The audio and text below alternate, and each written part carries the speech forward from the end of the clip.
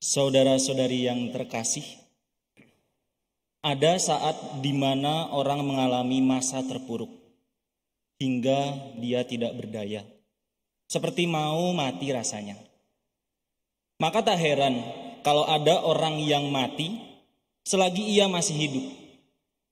Orang yang tidak punya harapan butuh pribadi atau peristiwa yang membangkitkannya, yang menyadarkan bahwa Allah begitu mengasihinya dan selalu menyertai hidupnya. Pada suatu kali sebelum COVID melanda, saya pernah melakukan viatikum. Viatikum itu mengantar komuni di salah satu rumah sakit di kota Bandung. Ketika memasuki ruangan pasien tersebut, ada seorang bapak yang memberikan suatu kesaksian yang menarik bagi saya. Beliau bercerita bahwa sekarang saya sudah siuman, frater. Setelah beberapa hari yang lalu, saya tak sadarkan diri dan didiagnosa akan lewat dan tak terselamatkan. Hanya dengan bantuan ventilator dan alat-alat medis lainnya, saya dipaksa untuk bertahan. Saya benar-benar pasrah, hanya bisa pasrah kepada Tuhan. Setelah saya refleksikan, ventilator tersebut, beliau berkata kepada saya, ventilator tersebut hanya membantu diri saya untuk mendapatkan udara yang segar, sehingga saya pun bisa bernafas. Namun, betapa mirisnya diri saya, frater. Sudah 75 tahun ini saya tidak menyadari nafas kehidupan yang selalu diberikan Tuhan setiap harinya dengan cuma-cuma. Seringkali saya lupa bersyukur dan tidak tahu berterima kasih kepada Tuhan atas kebaikan hatinya kalau tidak mengalami hal buruk seperti sekarang ini. Begitu Bapak itu bercerita. Saudara-saudari yang terkasih dalam Tuhan kita Yesus Kristus, pada hari ini Yesus telah bangkit dari kematiannya. Peristiwa kebangkitan Yesus merupakan peristiwa yang penuh sukacita.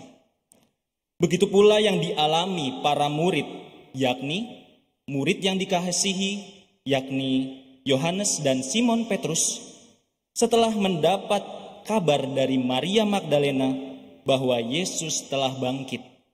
Maka mereka berlari terbirit-birit ke kubur itu.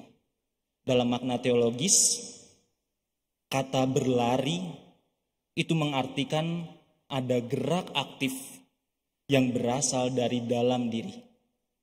Ada rasa antusiasme, ada rasa semangat yang magis yang ditunjukkan oleh kedua murid Yesus itu. Padahal sebelumnya para murid masih terkungkung dalam misteri salib yang membuat mereka kecewa dan putus asa hingga tidak melakukan apa-apa. Saudara-saudari yang terkasih, kebangkitan Yesus bukan hanya pewartaan, tetapi merupakan pengalaman langsung yang dialami oleh para murid Yesus yang juga ikut bangkit. Ada transformasi kehidupan dari loyo menjadi semangat, dari duka menjadi sukacita, dari takut menjadi berani, dari kepentingan duniawi menjadi terarah kebutuhan surgawi. Ada pengalaman Yesus yang mengasihi dan hidup, seperti kisah Bapak tadi yang mulai menyadari kasih Allah melalui oksigen selama 75 tahun untuk tetap bertahan hidup. Saudara-saudariku yang terkasih, banyak orang merayakan Paskah, hari kebangkitan dari tahun ke tahun, sama seperti kita saat ini. Kita bernyanyi Alleluia, Alleluia dengan ceria, dengan penuh semangat. tetapi belum sungguh mengalami kebangkitan dalam hidupnya. Setelah pulang dan mengikuti misa Minggu Paskah hari ini, pertanyaannya, apakah kita masih tetap bersukacita dan bergembira? Bisa jadi kita masih dalam bukit Golgota. Bukan lagi aleluya, aleluya, tetapi bisa jadi ane lupa. Rasa-rasanya liturgi tidak menyatu dalam hidup nyata kita.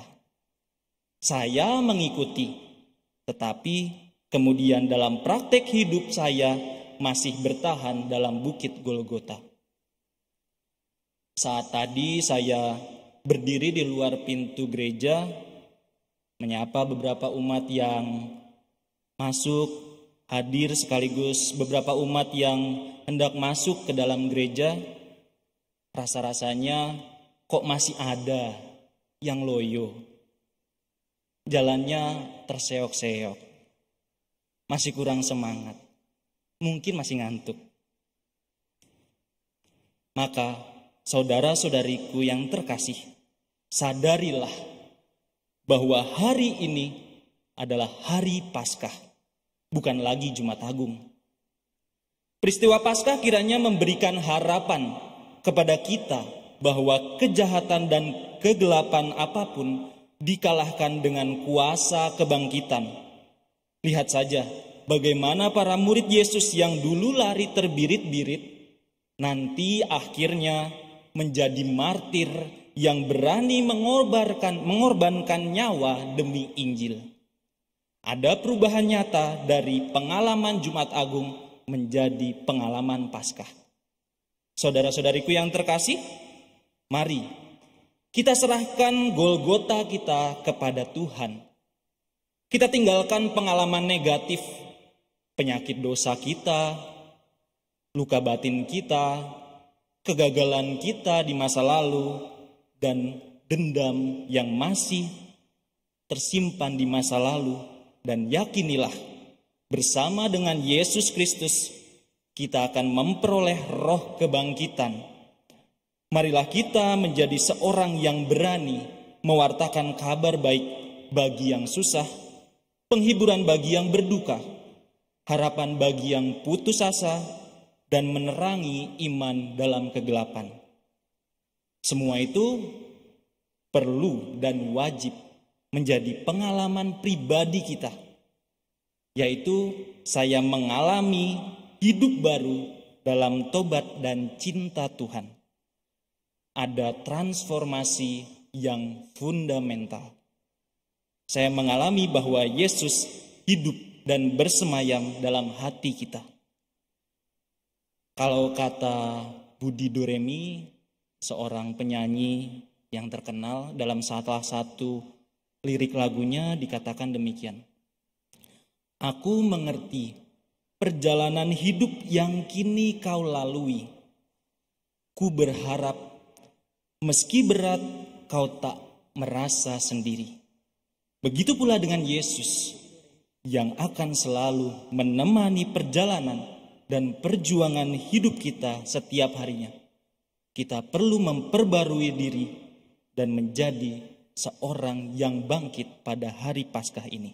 Semoga kita pun turut menyadari bahwa kita tidak pernah sendiri karena Tuhan yang selalu menemani dan mendampingi kita.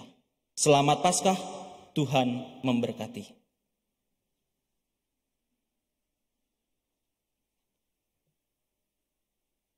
Bapak Ibu saudara-saudari, saya nggak menyangka Frater bisa berefleksi sedalam itu sehingga saya terpesona. Terpesona, aku terpesona melihat wajahmu yang manis.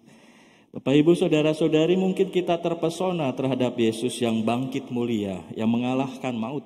Tetapi seperti tadi dikatakan oleh Frater, kita tidak hanya berhenti pada keterpesonaan terhadap Yesus yang bangkit ini, tetapi kita diundang untuk terus bergerak, berlari, melakukan sesuatu di dalam kepercayaan kita, sehingga kita semakin mencintai, semakin menjadi berkat, dan semakin terlibat.